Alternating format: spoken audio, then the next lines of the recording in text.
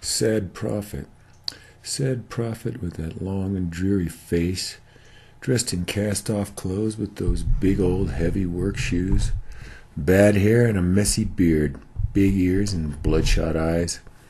Sad prophet with old hands, too rough for the polite handshake, not a decent candidate for any kind of public office, far too thin and wrinkled, with no credit score at all. Sad prophet crunching broken glass meditatively underfoot, past the burned-out buildings and the homeless talking in their sleep, fearfully sheltering the flickering flame of the joy he takes in life. Sad prophet, seen walking the streets and thinking in the daytime. Not up to snuff for business meetings or potential campaign donors, usually ignored by the dope fiends and the petty thieves. Sad prophet tracing a battered Bible with a dirty index fingernail, covered by the dark residues from all our blameless passings, listening to the dumbed-down children breaking glass in the weeds.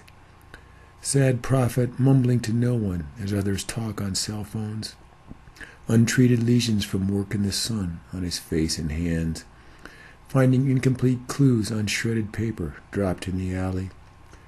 Sad prophet sickening from the lead in public drinking water, standing by the giant vent inhaling the essence of McDonald's, gazing at a yellow sliver of horizon beyond a gray winter's pall.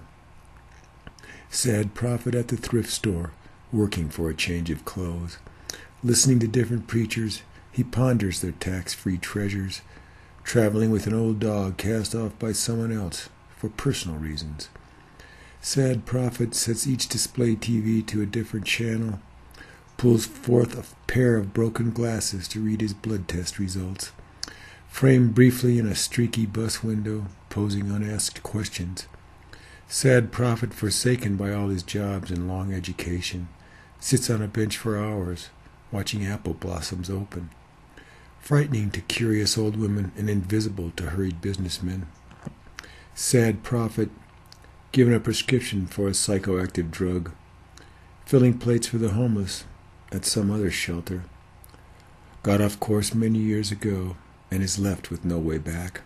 Sad prophet sentenced to appear in snatches as we drift off to sleep, passing by a single mother outside the welfare agency, far shorter on real faith than on simple money. Sad prophet cooking potatoes over cast-off 2x4s, slipping into the restroom as you're leaving with the key. What is that he's reading in your public library for days and days on end? Sad prophet with coarse, pubic-like hair protruding from his ears and nose, his mute testimony casually turned aside by apathy and self-absorption. Scruffy presence deemed improper in the long voting lines. Sad prophet pacing by a dumpster in the cold November rain, sitting with the winos on broken couches in the street, dreaming with the crack whores staring blankly out of shattered windows. Sad prophet hears the child wheezing from environmental asthma, trembling with anticipation over a dawn atop an overpass that's closed, pedaling a rusty bicycle with no brakes and broken gears. Sad prophet mails his last will in on the back of a factory rebate form, watching as the men of God try to prey upon the hopeless and the dying, splashed by passing cars and laughed at directly in his horse-like face. Sad prophet mumbling nonsense that even he finds simply foolish, standing in the filthy runoff stream from another Walmart parking lot, mutually excluded from the mainstream, too strong to simply curl up and die. Sad prophet whose very appearance is an affront to our beliefs, marginalized and ignored, photographed in secret, quoted without citation, barred from pacing through the malls and asked to leave the shelters. Sad prophet whose yellow teeth and wild eyebrows contaminate his message, striding dirty streets with such a powerful, useless purpose it makes us laugh, examined by the judges and found to be unfit for either prisons or asylums. Sad prophet working in cardboard with homeless vets and the illegales, horny, twisted fingers tapping too rapidly on a public access computer, absorbed in thick books that nobody else bothers to read anymore. Sad prophet with dirty tape on the thick glasses with broken and scratched up lenses, wearing the worn-out clothes of various tradesmen with a flashy used sports coat. Possessed of opinions incompatible with those you would suppose from his appearance. Sad prophet quite aware he is lost, alone, and incorrect in thought and action.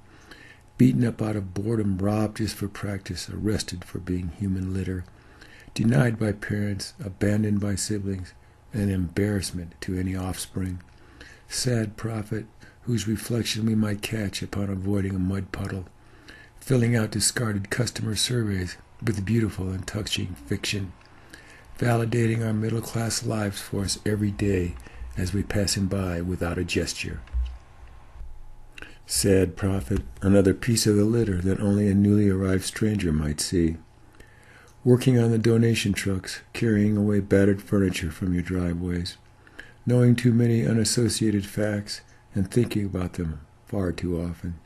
Sad prophet, face down in the things he has earned and he deserves, standing on the bridge, outlined briefly again and again by harsh headlights, afraid of what he's become, but prohibited by our imaginations from changing.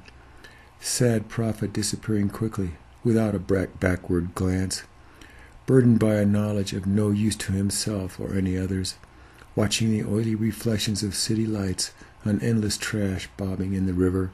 Sad prophet not driven towards a better future or sustained by a rich past, slowed dramatically by the weight of our omnipresent rejection, continually forced to reaffirm the validity of a lifestyle that we condemn.